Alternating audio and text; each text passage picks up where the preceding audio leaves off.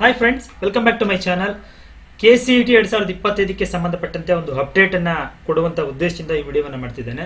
So ಯಾರೆಲ್ಲ option ಎಂಟ್ರಿಗೆ try ಮಾಡ್ತಾ ಇದ್ರಿ, ಸರ್ವರ್ ಬಿಸಿ ಆಗ್ತಾ ಇತ್ತು, ಹಲವಾರು ಪ್ರಾಬ್ಲಮ್ ಗಳನ್ನ ಫೇಸ್ ಮಾಡ್ತಾ ಇದ್ರಿ. ಜೊತೆಗೆ 18ನೇ ತಾರೀಕು ಕಡೆಯ ದಿನಾಂಕ ರಾತ್ರಿ 11:59 ಟೈಮ್ ಕೊಟ್ಟಿದೀವಿ ಅಂತ ಹೇಳಿದ್ರು.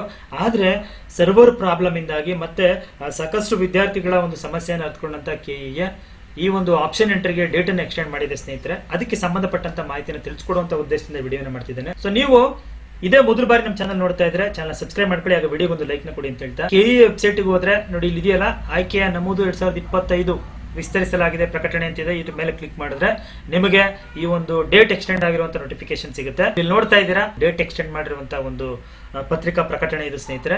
ಸೊ ಇಂಜಿನಿಯರಿಂಗ್ ಆಗಿರ್ಬೋದು, ಪಶು ವೈದ್ಯಕೀಯ ಮತ್ತೆ ಪಶುಸಂಗೋಪನೆ, ಕೃಷಿ ವಿಜ್ಞಾನ, BPT, BSc nursing, dental, allied health science, BPO, BPT ಕೋರ್ಸ್ಗಳು, ಈ ಎಲ್ಲಾ ಕೋರ್ಸ್ಗಳಿಗೆ ಸಂಬಂಧಪಟ್ಟಂತೆ ಇವ್ರು ಏನ್ ಹೇಳ್ತಾರೆ ಅಂತ ಹೇಳಿದ್ರೆ, ಆಪ್ಷನ್ ಎಂಟ್ರನ್ನ 8/7 ನಾವು ಪ್ರಾರಂಭ ಮಾಡಿದ್ವಿ ಅಂತ ಹೇಳಿದ್ರು. ಆದ್ರೆ ಸಮಸ್ಯೆ ಆಗಿತ್ತು. ಸೊ ಮತ್ತೆ ಡೇಟ್ ಅನ್ನ 18 ಕೊಟ್ಟಿದ್ರು. ಸೊ ಈಗ ಎಕ್ಸ್ಟೆಂಡ್ ಆಗಿರೋದು ನೋಡಿ, ಇಲ್ಲಿ ಹೇಳ್ತಾರೆ ಅಭ್ಯರ್ಥಿಗಳ ಹಿತದೃಷ್ಟಿಯಿಂದ ಸದರಿ ಕೋರ್ಸ್ಗಳಿಗೆ ಆಪ್ಷನ್ ಎಂಟ್ರಿಗಳನ್ನ ದಾಖಲೆ ಮಾಡೋದನ್ನ ದಿನಾಂಕ 22/7 ಸಂಜೆ 6 ಗಂಟೆಯವರೆಗೆ ನಾವು ವಿಸ್ತರಣೆ ಮಾಡಿದೀವಿ ಅಂತ ಹೇಳ್ತಾರೆ ಸ್ನೇಹಿತರೆ. ಸೊ ಯಾರು ವರಿ ಮಾಡ್ಕೊಳ್ಳೋದು ಬೇಡ, 22ನೇ ತಾರೀಕುವರೆಗೂ ಇನ್ನೂ ಟೈಮ್ನ ಕೊಟ್ಟಿದ್ದಾರೆ, ಸಂಜೆ 6 ಗಂಟೆವರೆಗೆ ಮಾತ್ರ. ಸೊ ನೀವ್ಯಾರು ಇದುವರೆಗೂ ಎಂಟ್ರಿ ಮಾಡಿಲ್ಲ ಅವರೆಲ್ಲ ಬೇಗ ನಿಮ್ಮ ಆಪ್ಷನ್ ಎಂಟ್ರಿಗಳನ್ನ ಮಾಡ್ಕೊಳ್ಳಿ. ನಿಮ್ಮ ಇಷ್ಟದ ಕಾಲೇಜುಗಳನ್ನ, ಕೋರ್ಸ್ಗಳನ್ನ ಆಯ್ಕೆ ಮಾಡಿ ಅದನ್ನ ನಮೂದು ಮಾಡಿ ಅಂತ ಹೇಳ್ತಾ. ಸೊ ಇಲ್ಲಿ ಇನ್ನೊಂದು ಹೇಳ್ತೇನೆ, ಆಯ್ಕೆಗಳನ್ನ ನಮೂದಿಸದೇ ಇರತಕ್ಕಂಥ ಅಭ್ಯರ್ಥಿಗಳು ಆದ್ಯತಾ ಕ್ರಮದಲ್ಲಿ ಆಪ್ಷನ್ ಎಂಟ್ರಿಗಳನ್ನ ನೀವು ದಾಖಲೆ ಮಾಡಬಹುದಾಗಿರುತ್ತೆ.